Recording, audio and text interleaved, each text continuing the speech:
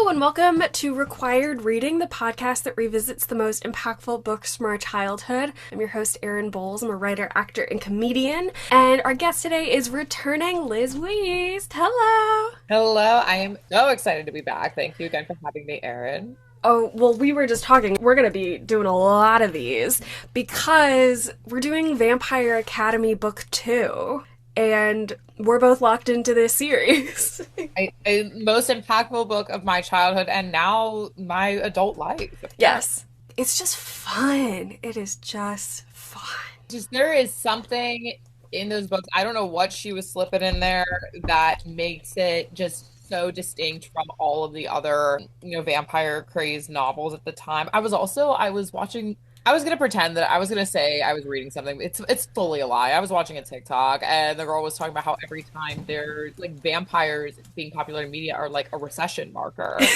Um, it's so true. And the Vampire Academy, the same thing, was like 2008, which Yeah. big one. Oh my god, I keep being like, wow, 2008, what a turning point in the world. Really, what a time. Kids these days don't get the summer was in the air.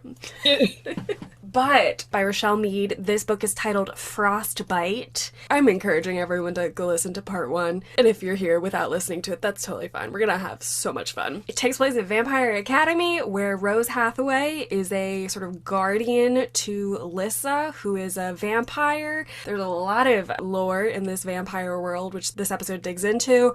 She has a crush on her 24-year-old teacher while she's 17, and this book is the winter vacation essentially. Yeah. The Winter Olympics. It's so funny too because it's like Saint Vladimir's Academy, which obviously doesn't really roll off the tongue quite as well for a YA series, but it's like I always am like inclined to be like, yeah, Vampire Academy. Duh. Like, my school, Vampire Academy. It's the Vampire Academy. Like, it really ought to be. Communications from Vampire Academy. Like, it's just that. Just own it. Yeah. But this book was interesting. I didn't like it as much as the first book, but I think it's because it felt like really transitional. Like, we're setting up all of this like worldly conflict. I think it was also like not that the first one doesn't get into more serious themes, because it certainly does, but I do feel like tonally this one really plunges into the darkness a bit. Yeah, there's like I don't know if there's yeah, I think there's like more violence. There's definitely like Right off the bat too. Yes, immediately she and Dimitri, who's her teacher, are about to like go on a big like solo training mission or something, and then they get there and it's a literal bloodbath. Like, everybody has died, which is like also such a striking image, like in the snow, and it's all just very, I don't know, there's something about this one where I loved the vibe of it all, the winterness of it all. Yeah, they were really going for like a very specific, I think, sort of like rustic, like outdoorsy, naturey vibe. Like that scene in Twilight where the Volturi are all walking out and it's in the snow, and Bryce Dallas Howard has like the really bright red hair. It's very that. The whole landscape visually to me is that. Absolutely, those snow scenes in Twilight. There's this big killing where this big royal vampire family is like completely killed out. So they go to a ski lodge. That's where I would go. First place I would go. First place I would go, sexiest place in the world is a ski lodge. I can't explain it. Like, I understand it's Canada that they're all experiencing a Moroi genocide, which is quite traumatic, but like their response to this is, let's take, I love how like, still all acknowledgement for the fact that these are minors and are students still goes out the window. Like, they're just like, okay, you know what, let's just take all of these horny, aggressive, like crazy kids and just take them and put them in like a spicy ski lodge. What's the worst thing that could happen? With like underground hot tubs. Yeah, underground, like an underground whatever kind of culture. I mean, like, was this not vetted? Like, who found this location? Like, and it's implied that it's like specifically, they didn't really go into the lore of the ski lodge that much, but it was like implied that it's like a vampire getaway, I guess. Yes. Because there's the Moroi, which are the good vampires, and then the Strigoi, who are the bad vampires, and then the Dampiers, which are the guardians. And it is like the idea is like, well, the kids are all in danger because of this other thing, so we have to move them to the ski lodge. But then there are also like a lot of adults having like very critical meetings about like how are we gonna handle this huge problem of the Strigoi like taking out every royal family. And then on top of that, but it's also like there's just people vacationing there Yes. where we meet Adrian, the new corner of the love triangle. Like he's just there. Him and his family are just there having fun. And then, all these people come in and completely kill the vibe. So it's Vampire White Lotus, truly. Get out. Yeah, it is. Wow. And we should get Mike Wake on that. That's a great season. That's an untapped market right there. That's season 5. I'm calling him right now. Oh my goodness. Kind of like how season 4 of Search Party devolves into zombies. Do it with White Lotus. Have them all become vampires. Like, why not? It's already got so many Emmys. You can do whatever you want. And also, Vampire Academy needs a better yeah adaptation than what currently exists. Well, I'm glad you brought this up because I, like, always when I'm reading something, I always cast it in my head. And I was, like, trying to figure out, I have a vision for Dimitri, the love interest. I, like, couldn't figure out who it is. And then I realized it's a football player who I've been imagining in my head. It is Haley Steinfeld's husband, Josh Allen. Esteemed vampire guardian, Josh Allen. Josh Allen. I get the he's very much described as like an angel from Buffy type figure with a ponytail, which I hate. They emphasize it too. Like they don't let you forget it. Like he has one. So it's so gross. And yet also 2008 maybe? I don't know. That felt like a big swing even for 2008. Like that, yes. Even then, like I mean, I will feel like at the time, like that was very like like alternative hot. I feel like it really gave the fanfic community perhaps hurdles to overcome or material. What do they say? It's like when you're more creative when you have these workarounds. Right. Perhaps that was the case, but if I were to write a fanfiction, page 1, we're going to a hair salon. We're getting that off. Yeah, Rose and Dimitri have a really nice spa day where he gets cleaned up, and then this was also too like tonally way more spicy. Yeah, even though the first one has this scene where like they're under a spell and they almost have sex, this one is not only a love triangle, it's a square at this point. Lissa has 3 boys. Dimitri, her friend Mason, and then this new guy Adrian. And talking about tonal shifts, Mason dies in this book. Which if you're paying attention, and I remembered nothing of what happened in this book, but I like almost immediately I just like they set it up that you kind of expect that that's going to happen, especially too it's like how is this love square going to be resolved? And it's 2008, they love triangles were en vogue, and so yes. That's vampire love triangles specifically.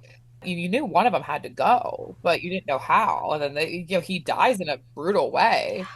Yeah, I mean, that's at the very end, and that whole sequence is really surprising. I think, like, the whole concept of this book is, like, the world is getting more dangerous. We are growing up. We are having to take an active role and make choices within the politics of our world. First off, there's, like, a rogue band of Strigoi, and I'm like, aren't they all evil? Like, how can we really be rogue? Fine. Yeah, that's something that's, like, interesting, because, like, they really just describe Strigoi as if they all just have, like, raging, unmedicated ADHD. Like they're all just like, they're hungry, they're mad, they're so disorganized, and they can't work as a team for the life of them. And I'm like, okay, make them sound like not a threat. Like, no. If they were on Ritalin, like look out. But like, they get trapped in a basement for the latter portion of the book. Yeah, it turns room towards the end. Like it's truly like.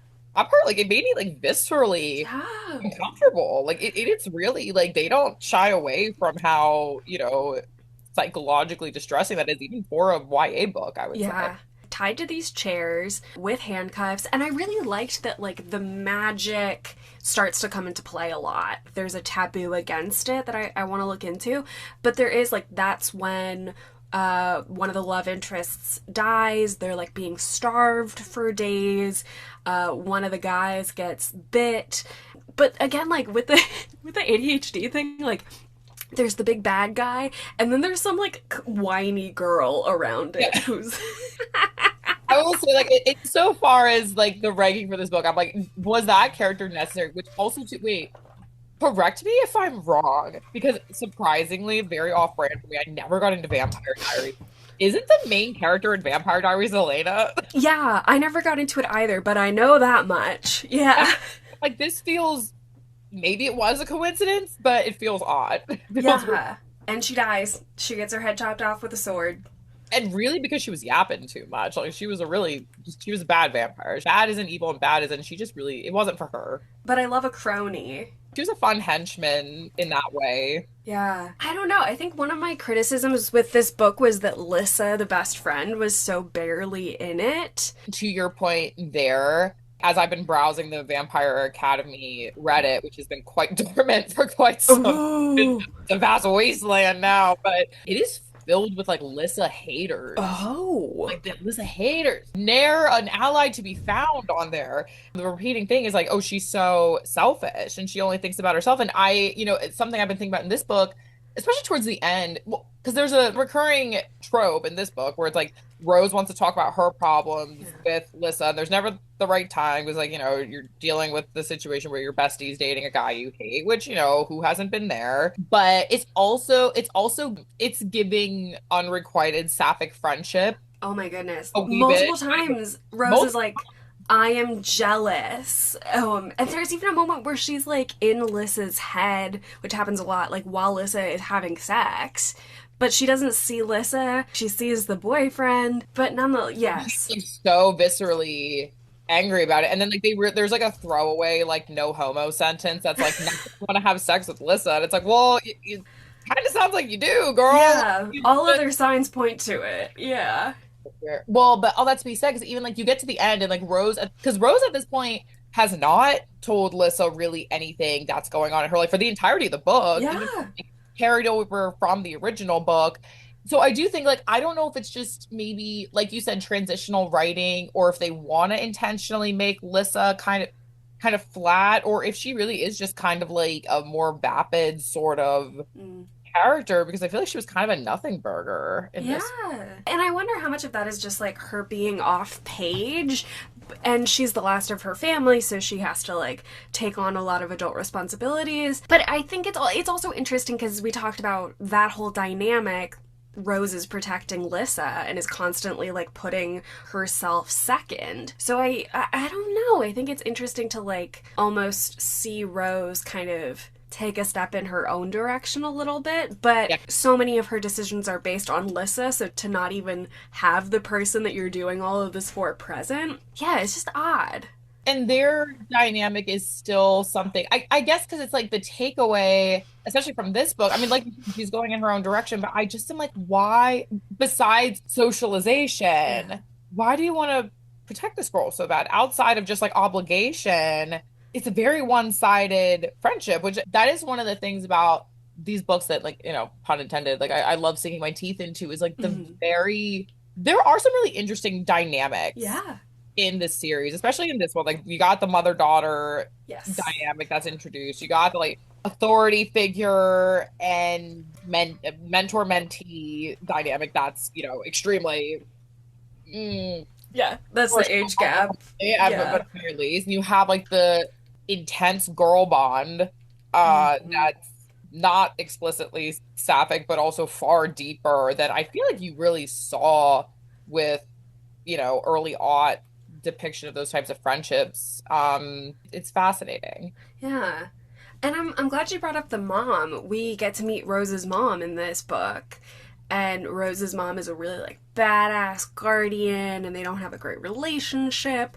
But by the end, like, it's softened a little bit. Rose watches her semi-boyfriend get murdered and just kind of breaks down. And it's a really, like, not a lot of progress is made in that relationship, but a significant amount is. And it's I don't know, to have like a negative parent dynamic and then also say like, we can work on it and it can change, and that's, adults are capable of change. I think that's interesting. Yeah, and adults admitting when they're wrong and being depicted as flawed. And I think like Rose is many things. Empathetic really isn't one of them. I think watching her grow into adulthood in the sense that she starts to develop empathy for Mia, starts to develop empathy for her own mom, and kind of realizing like, oh, okay, like, my relationship with my mom is bad, but she made the choices to do what she did because she knew she didn't have it. She's like, yeah, my mom's not a good mom. My mom also knows she's not a good mom. Yeah. They spar against each other. So, like, Rose has a black eye that she got from her mom throughout a lot of it. But yeah, she's also, like, coming around to the mean girl, Mia. And I like that they're playing with their magic. Like, Christian, Lissa's boyfriend, is trapped with them at the end, and he can use fire, so he, like, melts the plastic handcuffs. And Rose is, like, again, like, it's kind of graphic of how it's affecting her skin. Yeah. Because like she mentioned that they were like flex cuts, and I was like, wait, aren't they gonna melt the plastic? And it fully did, and it's like this gruesome saw like imagery. Yeah. James Wan movie. And also, wait, I would love to yap with you about a Yeah. specific beat in that sequence. Yeah. I found it so interesting. So it's like, Rose is kind of trying to like indicate to Christian from across the room, like, oh, use your magic. Like, that's how we're gonna get out of the situation, because first there's foreshadowing abound in this book, but they're a little heavy-handed at points, but he's been kind of practicing his magic like illegally on his own. She's like, now's your time to use that. But of course, like, they're being watched 24/7 by these guards. So they're putting on this, like, show of like, oh, Christian's like, oh, I'm gonna like attack her and kill her. But then Christian gives this whole like monologue about like, we don't even like each other, blah, blah, blah. And I'm like, okay, this feels a little heavy-handed, even though they're pretending. What was that all about? They don't interact again the rest of the book. Yeah, they leave many a thread hanging for understandable reasons. But yeah, there's vampires who have trapped them, want Christian, who's a vampire, to like kill Rose. So he pretends to do it, and Rose and everyone else is like, oh, does he mean it? Oh no. he was hamming it up. Like, he took it a little far. Like, I was like, okay. I also do love, if there is a trope that will get me every single time, no doubt, the Saoirse Ronan, like, women. Like, when her and Mia kind of like team up. Yes. And, Mia saves her, like, when it's just like, our bond and our, like, the social contract of us being women, is far more powerful and important than any petty drama we have. Yes. In a parallel way to the mom, kind of, Mia's mom is killed in one of these big events, and then Rose is like, she sucks, but like, her mom died, and I feel empathy for her, and I am sorry for her. And Mia's like magic is water, and so she like blows up an aquarium, and that gives Rose time to beat the bad guys. And as soon as that happened, I was like, there's an aquarium in here? Did we establish this? Excuse me? Aquarium? Continuity error here. But that was a really cool scene, and it's nice to like, one thing I really wanted to talk about is that there is this like cultural taboo. We can't use our magic to fight. And there's like ongoing discussions with adults of like, why should we do it? They're practicing their magic in secret. Should we start using it to, defend ourselves? Because vampires like don't fight at all. That's what the guardians are there for. Often things are metaphors for things in real life. What's up with this taboo? Like, it does seem stupid to have this thing and not use it. Yeah, and going back to sort of the timeliness of it all, maybe this is so a first draft thought, but just of like, what was going on at that time. I mean, the recession, especially 2008, and like around that time was such a time of pivoting in terms of hope. Obviously, that message became a message of hope following, the really dark time of a recession. And I think like people were becoming aware of divisions, I think, more so around that time, in ways like you had the people who weren't affected by the stock market crash, and then everybody else who was. And then you have these conversations of like, who's too big to bail out, who's important enough to bail out, and who's not. And I think that rhetoric kind of carries over a little bit, like, oh, like, these Moroi are too important, only they like, literally those are verbatim the words, is only they matter. And it's like, it is this culture of like this elite upper class is protected, like, and Rose says at one point at the end of the book, like, well, of course Christian didn't think to use his magic because we're so socialized not to. It's like, that's such an afterthought. Nobody would have ever thought that. And I think it is just sort of reflective of that time period of being like, who and what are too important to bail out or help, and who gets help and who gets defended and who's defenseless and who's not, Yeah. I love that. I love, not in a facetious way, I love connecting that to too big to fail and things like that. It's odd to me, like, and this is also a first draft thought of like, we don't talk about Occupy Wall Street anymore. Like that was such Yeah. Oh God. like a flash in the pan, and yet it feels like very, very topical now. That's an interesting question of like, why didn't that stick? It's interesting how we went from like, if you said Wall Street at the time, people, it's like, free association, Occupy. Now it's like Wolf of. And Yeah. like, It all comes back to DiCaprio. always. And where is he in all of this? Where But is he in all of this? it feels like, this time of this niche group of people who are disenfranchised pushing back, which now like activism and pushing back, like, of course you would. And something I did really like about this book that I felt was relevant now is everyone's skills are useful in a different way in the fight for like a better world. And that was a really like uplifting undertone, I think, of this dark book. Like there's like Mia is a water user vampire, and following the death of her mom, like, in her grief, she wants to go kill the Strigoi, and Rose tells her like, well, you don't have much of a weapon, which is so mean. Yes. So when somebody's grieving, like, girl, like, read the room.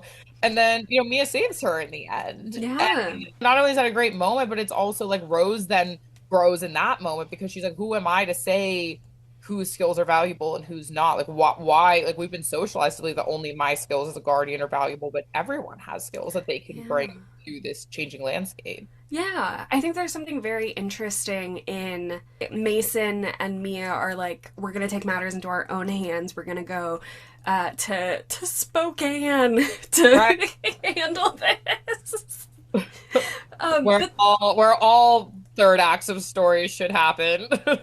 But I think it's interesting, and even there's the conversation around magic with the Moroi of why can't we handle it ourselves? Like, why can't we take the power into ourselves? And they touch on that in the first book, this like ongoing theme of tradition versus change. And I think that is very, very 08. Yeah, and that big change is happening in 08. That kicked off quite a lot, Also kicked off quite a lot of reactionary culture. Yes. And there is so many beats throughout the novel of kind of snapshots of characters that are sort of throwaway characters, like side, ancillary characters that like are engaging in reactionary movements and getting into fights and getting in whatever, and in getting into this like monsters are due on Maple Street sort of town hall fighting, getting so defensive over like, how dare you put X community at risk, but then if you put X community at risk, then Y community is at risk, or this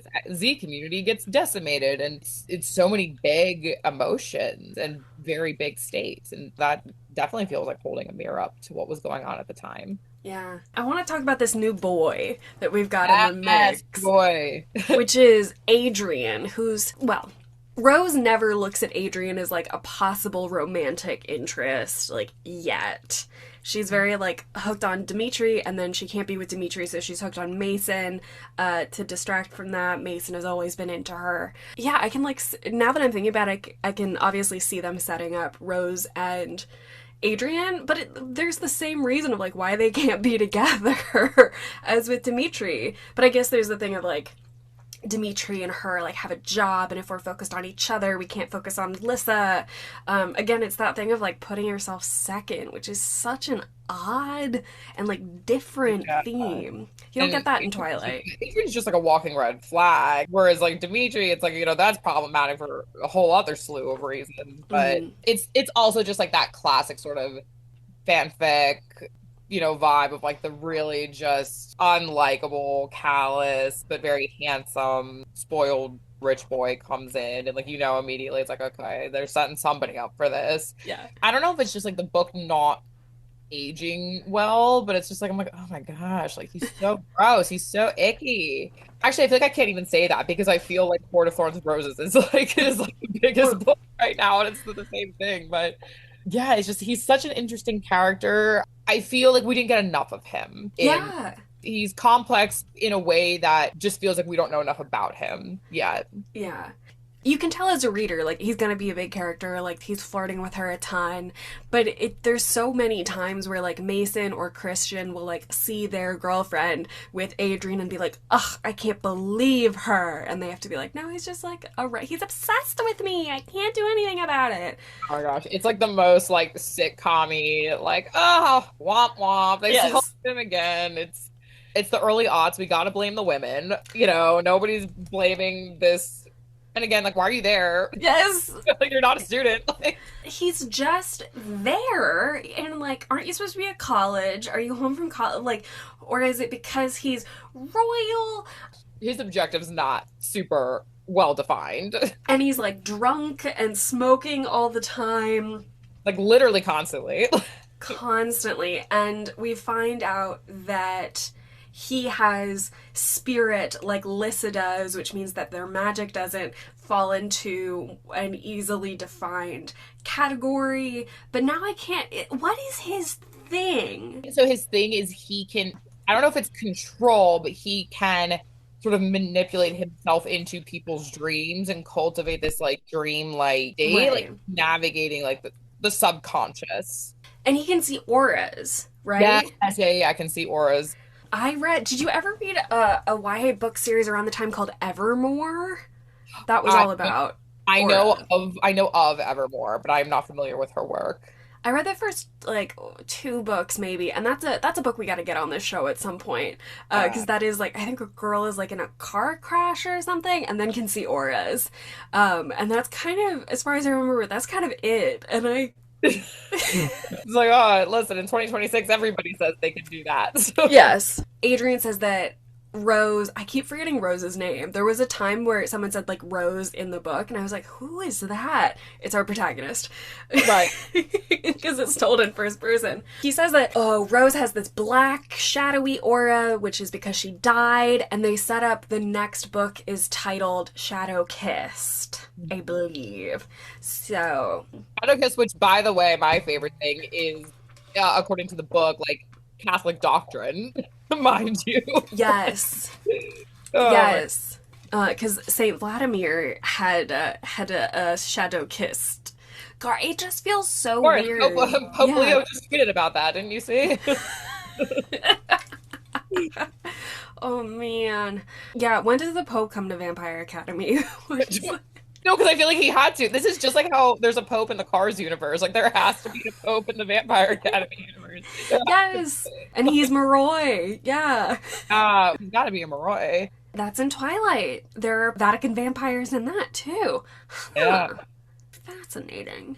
It's moments like this where it's like it all comes back to the fact that this podcast is about books that impacted our, had a large impact. I was, in Catholic school at the time. Right. The Catholicism and the spooky, spooky, and the vampire of it all. Oh my gosh! Like the theme of blood, obviously. Mm-hmm. Like there's so much like peanut butter and jelly, vampires and Catholicism. Which which at least Twilight broke from that a little bit. They were like, That's true. but what if vampires and Mormons? And floor length khaki skirts. Yeah. Yeah, it's always I don't know if I'm glad, but we did get a mention of Rose being like, I'm so curvy. Wait, oh my gosh. I love how these books do the thing that like the click books did at the time, and they just take like an entire page describing like brand names that aren't even like really considered like high class anymore. Yeah. Like my outfit was this, I was wearing this and I was wearing this perfume, and I'm like, all of these brands are like considered kind of, I don't want to say canceled, but it's like nobody would brag about that now. There's a moment where Adrian sends Rose a box full of various perfumes. And children shouldn't be wearing perfume. They're children. I don't know why that like stuck with me so much. They don't let you forget. Like they don't let you forget every step of the way that she's 17. But it's even like funny like seeing how, again, like how Dimitri is treated or depicted as this like old soul there, and it's not even like, it's not like how Edward Cullen is like kind of like 100 years old because he's been around for so long. Like Dimitri's not like that. Like he's like mentally, physically, all the things, he's 24. But like something I find so interesting is I feel like Rose points out like all the times where it's like Dimitri and her mom are like working together on something as if they're in any way close in age, which they're not either. Like, Rose's mom is like an old head, like she's old school, like she's been around like, for a long time. And it's like Dimitri, all things considered, like 24 is not old. Not in the slightest. His brain isn't done yet. Literally, his frontal lobe is not developed. It's not done yet. And yet he's this voice, which I guess is like how different ages feel when you're young. Yes. Oh my God. Yeah. Like, surely this man knows everything. What? At the time, I fully would have thought that. Because again, I remember reading these books, and Dimitri to me felt like this like hot older guy, and I'm like, no, I'm like he's a child. He's yeah. Absolutely. There's they do kiss once in the beginning and once at the end, and Dimitri says he still has feelings for her. Also, it just feels like he picked such a Dimitri really gave me the ick in this one. Like he was really getting on my nerves. And especially like, at the end, like it just feels like I'm like, okay, like you feel like Rose is mature enough for you, good enough for you, because now she's witnessed this like unspeakable trauma, and also she's like kind of still in like she's still rattled with grief, and he's like, and actually I have feelings for you. I'm like, let her breathe, let her she's breathe. In shock. Yes. And like you're gonna continue your grooming at this well, I guess that's how that works, but that's true. Especially you can really see it negatively, especially because the guy that she was trying to be with to forget about Dimitri is the one who was just murdered in front of her. And the crazy thing is, like, with Adrian, like, there's a part where Adrian, like, calls out Dimitri for liking younger girls. And it's, like, literally like that meme, like, from SpongeBob where it's like, well, now the talking is going to preach to us. And it's like, well, now the alcoholic's going to preach to us. Like, literally, like, that's Adrian doing that. And he's right. He's 100% right. Like, I'm like... He may have problems, but he's not wrong. Yeah. Well, and it's odd. There's this minor storyline where it looks like Dimitri might start guarding, like, Christian's aunt. And there's, like, this idea that, well, if he's with her and they probably like each other, then he can have kids. And that's huge for him.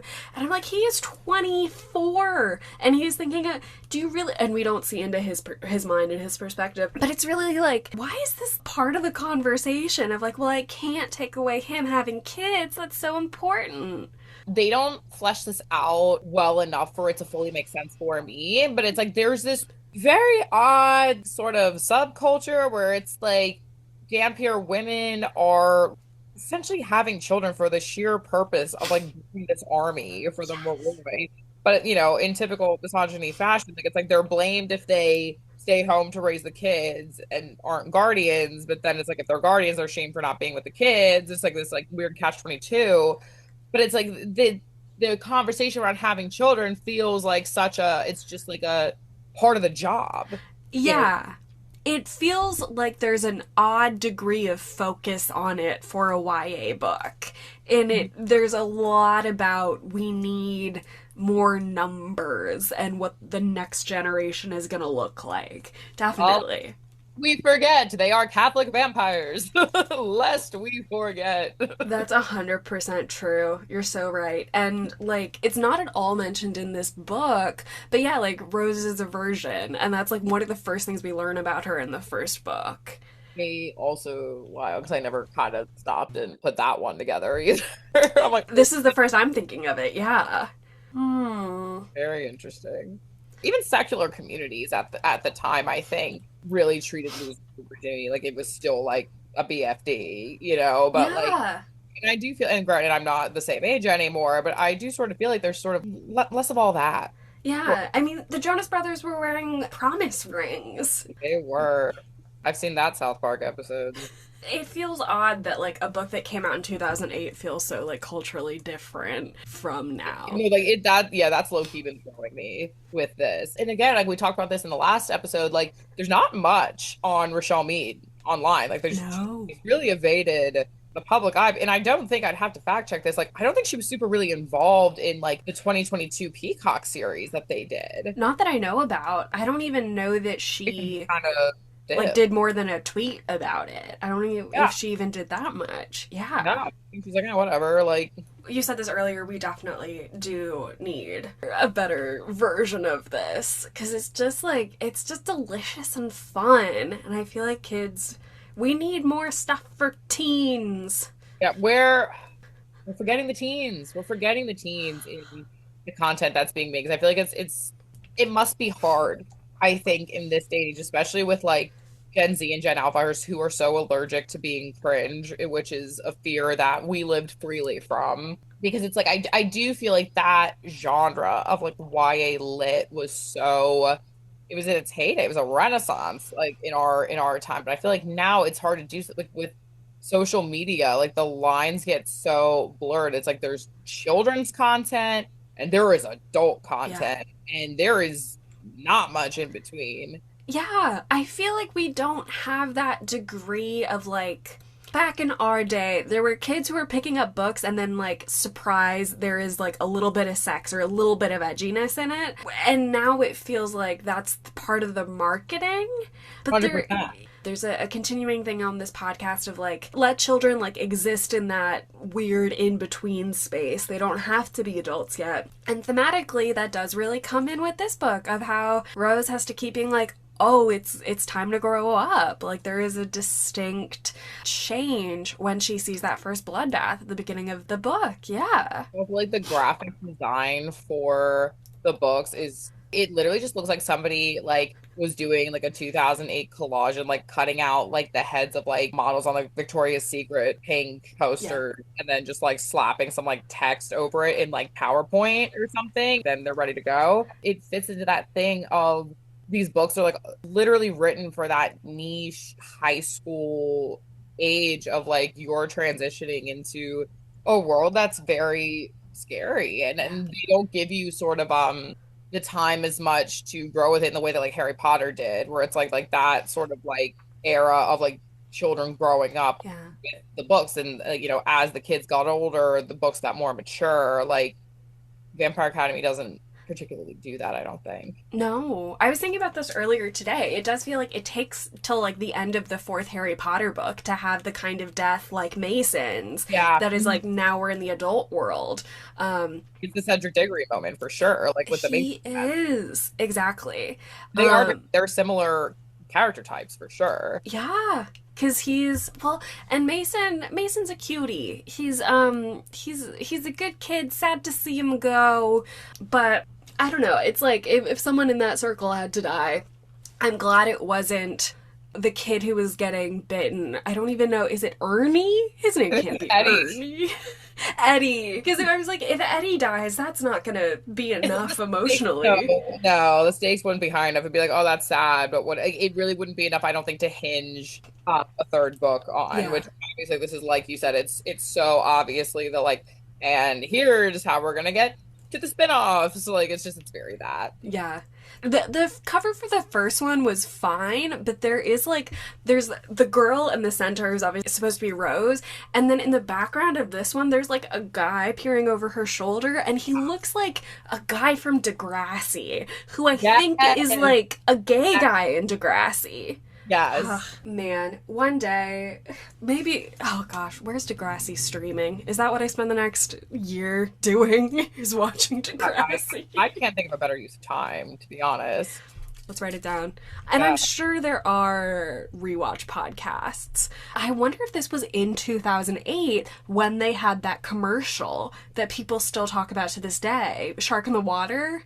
Oh my gosh, I feel like I'm having like a Jimmy Neutron brain blast right now. Like I'm just like you just unlocked a part of my brain that I have not thought about. Oh my gosh, I can see it. I can see it in my head like it was yesterday. I did not watch Degrassi until I saw that commercial, and I was like, I have to know what's going on here. I'm going the second we done. I'm going to look up like who was the crew responsible for that commercial because they should be. They probably went on to direct like big pharma commercials to get everyone addicted to things because that got everyone hooked on Degrassi. Like there was a special sauce in that. Oh man. I was like our generation's like Coco Melon, where it's like there was something in that commercial that was getting us hooked on that because what was going on? Like I can literally see it. Like I have a terrible memory and like it's like you literally just like implanted that right in my brain again. That's crazy. And such a good song. So I had that on my iPad. It's like, how do you follow that up? That's like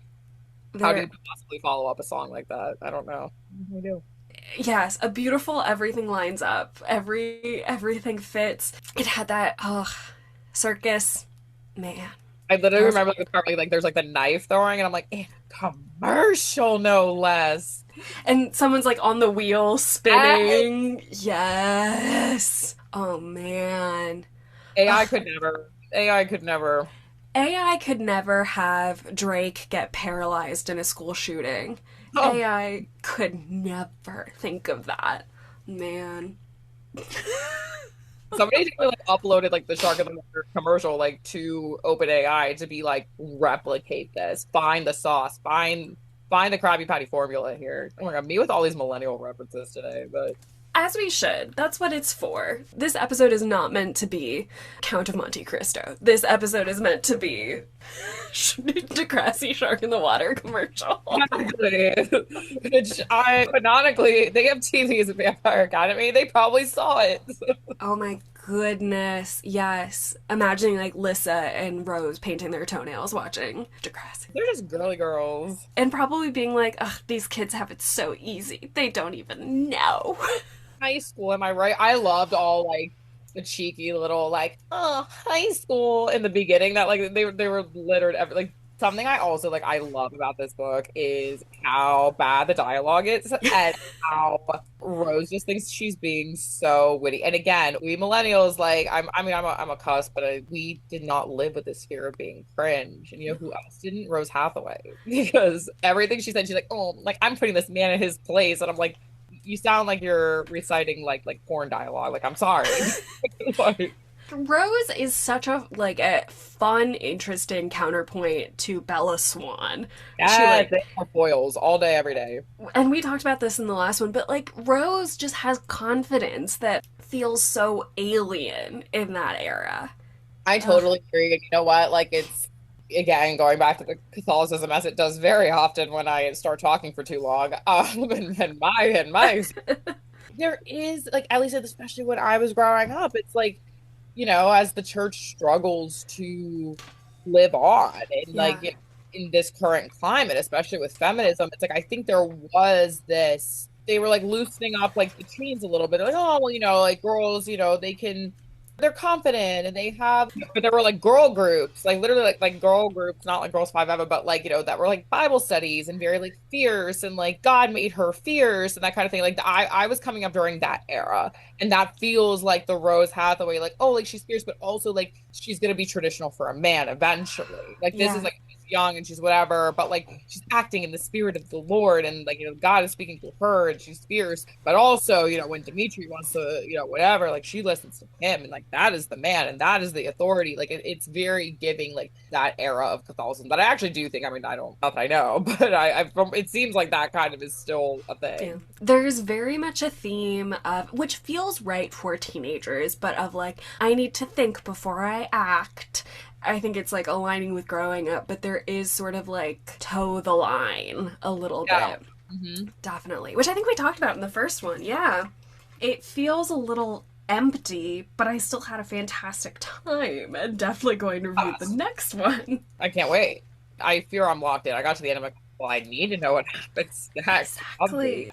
I'm gonna have to see how like the primary series ends, because I know there's like there's bloodlines, there's like the whole like spin-off, but I'm like historically it takes a lot for a spin-off to get me. Really So I need succeed. to see how things go here. And like also trying to avoid spoilers online.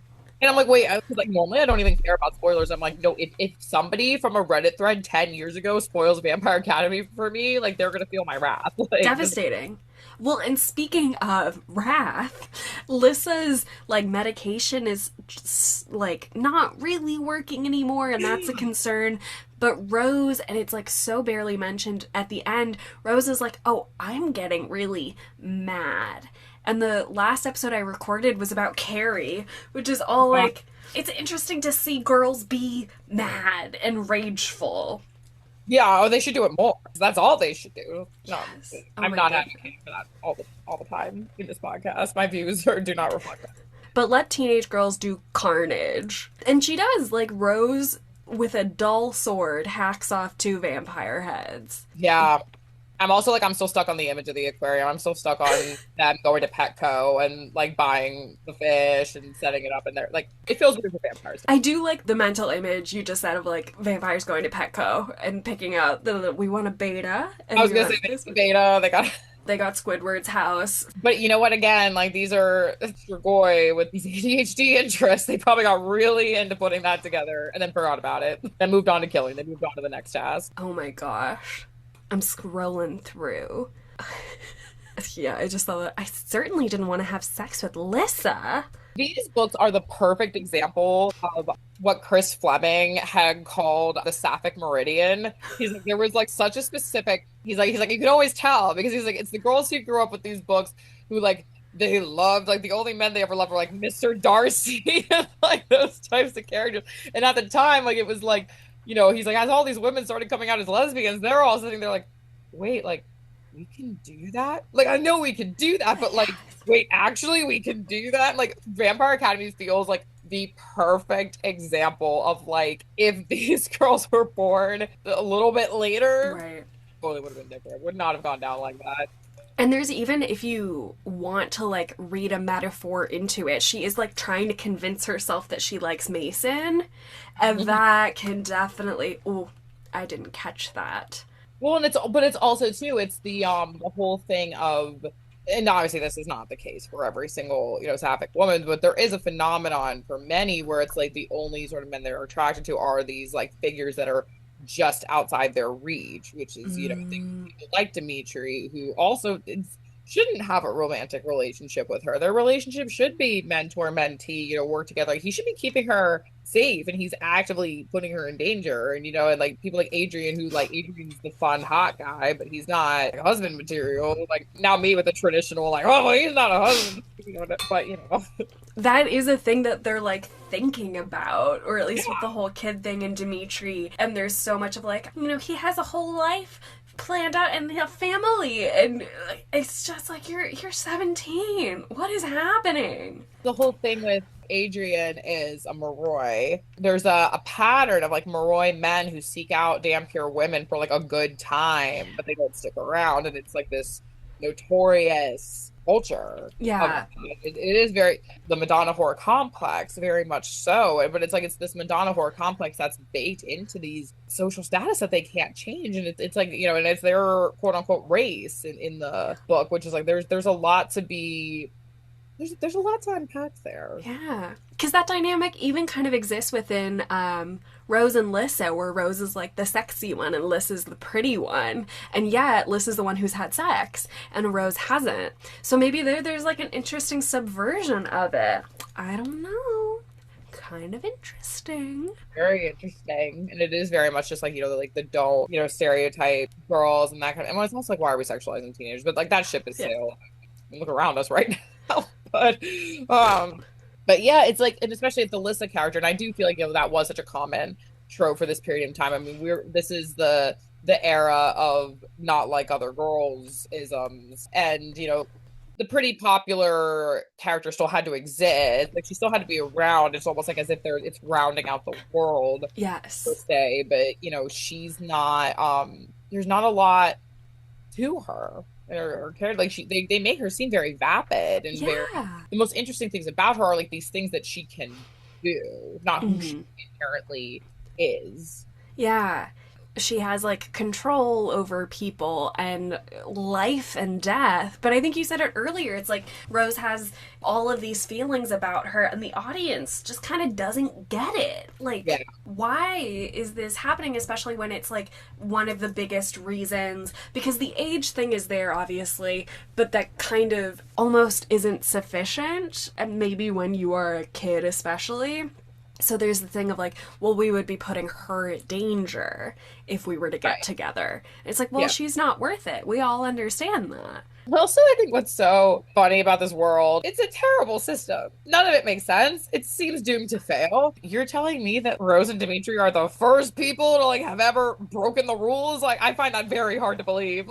The guardians can't be together, but a guardian and the person that they're guarding, like, are allowed. Like, there's the understanding that Dimitri, Even if though he, that's a very weird, that's a dynamic again. That's doomed to fail. But because it's like even when she's like, oh, like Dimitri should go be Tasha's guardian, and it's like, but how can he, how can he be her guardian and also like in an egalitarian relationship with her? Like he kind of, ultimately, like, he's kind of her employee. yeah, like 24, Yeah. like not even like he doesn't get to clock out really. There's also this thing of like, well, if they were together, their kid would have to be a guardian because of like the vampire Punnett squares. Right, exactly. And then it's like, well, aren't the like royals dying out? Like, don't we need again more bodies? It's so Yeah. weird.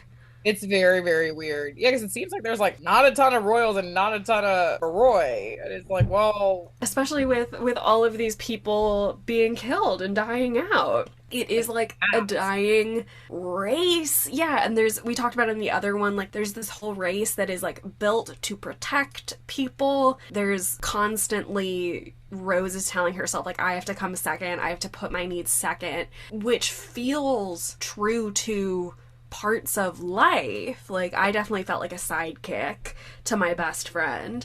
But I don't know. I respect it because that's not in a lot of books. But it also doesn't feel like 100% baked yet. yeah, he's cooking, but it needs some spice, needs some salt, needs to simmer a little bit more, Yeah. perhaps. There's something here. There's something really good here, I think. But I think the idea is not fully fleshed out. 'Cause I even think like in Twilight, it was smart of her to keep the central focus on like the Edward and Bella relationship, and they only extended world building wise into the Volturi and the Cullen family. I think it was really smart to not bring in the like, hey, by the way, there's all these other vampires and they have all of these other powers and whatever. Like they left that for Breaking Dawn, and they Yeah. didn't. It was a good time to be like, oh, and also this exists, but we're not going to elaborate on it because if you poke too many holes, it's not going to make sense. And I think Yeah. they actually did a pretty good job of that in a way that like Vampire Academy just doesn't have that quite figured out. They get out of the school very quickly, and yet it feels odd that this book takes place over such a small period of time. It is like winter break only. So then it feels like, well, is it gonna take, 3 more books for us to get to graduation? And then what are we gonna do? Like, it feels, because they're seniors, right? I mean, she's 17. Yeah, and that's the other thing too is like, it really the book has this like really foreboding undertone because it's like, they are on the precipice of Yeah. graduating and becoming full-time guardians. And like it's the typical thing of being a teenager where Mason's just like, well, what else do we have left to learn? We know everything that there is out there, and then he dies. And Not senioritis at the Vampire Academy. it's this deadly consequences. And there is a conversation about, like, well, do we need the guardians to, like, go out when they're younger? And I think even Rose is a little bit like, am I gonna be able to do it? Am I, like, gonna be prepared enough?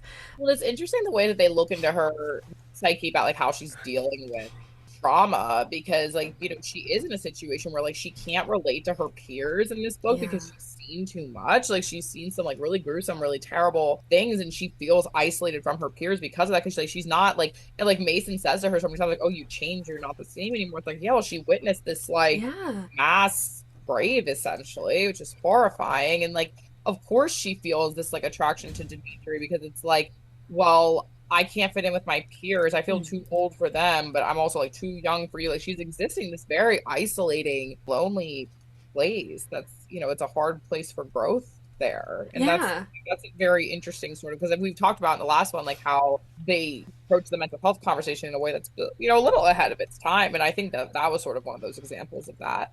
Yeah, like you said, it makes sense that she is attracted to Dimitri because they are in this like deeply intense relationship, even without the romance. And that she often says within this book of like, and I think they echo it before the last kiss at the end, that's like, you understand me in ways that I don't understand myself. And I think like even for a relationship that obviously should not be, like that is a good definition like of a relationship kind of like Yeah, it's towing the line of like a trauma bond, but also, like you said, I mean, like that's what everybody hopes to find in their. Yeah. And then her mom is one of the only female guardians, which I think there is like, it feeds a little bit into like, because her classes are all girls of that, like not like other girls kind of trope. But I think that's always like a good thing for a protagonist is someone who finds themselves like pulled between two worlds and is unique. And yeah. Nobel Prize win. Long overdue. The snub of the century.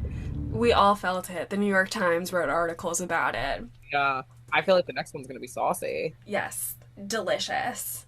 And yeah, that title is certainly more tantalizing than Frostbite. It has kiss in the title. That's promising. Oh my gosh, the fanfic people were probably sprinting. They were leaping Yes. to get that book. The niche, I feel like the Vampire Academy stan culture is very small but very mighty. There's a lot of people in that subreddit with very strong opinions. Worth a read. Camping outside, out of borders, waiting.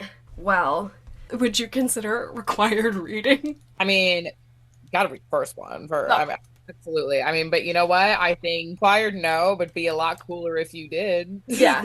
Be a lot cooler if you did. Not required, but highly encouraged. Yes. I think it says something that we're like, well, I have to read the next one. Yeah. It's like I have felt so whatever, like revisiting these books and nobody in my life has even heard of them or read them, and I'm like, I need to speak to somebody. I haven't posted in this Reddit thread in a decade. Like this is so tragique. Where would you like to be found? Where can people find you? Ooh, you can find me all over the internet at Liz Calista. That's pretty much where you can find me. I love to chat books. I love to chat about these things. It's where you can read most of my writing and see my photos that I take and hear my thoughts in the great big void that is the internet. So hell yeah.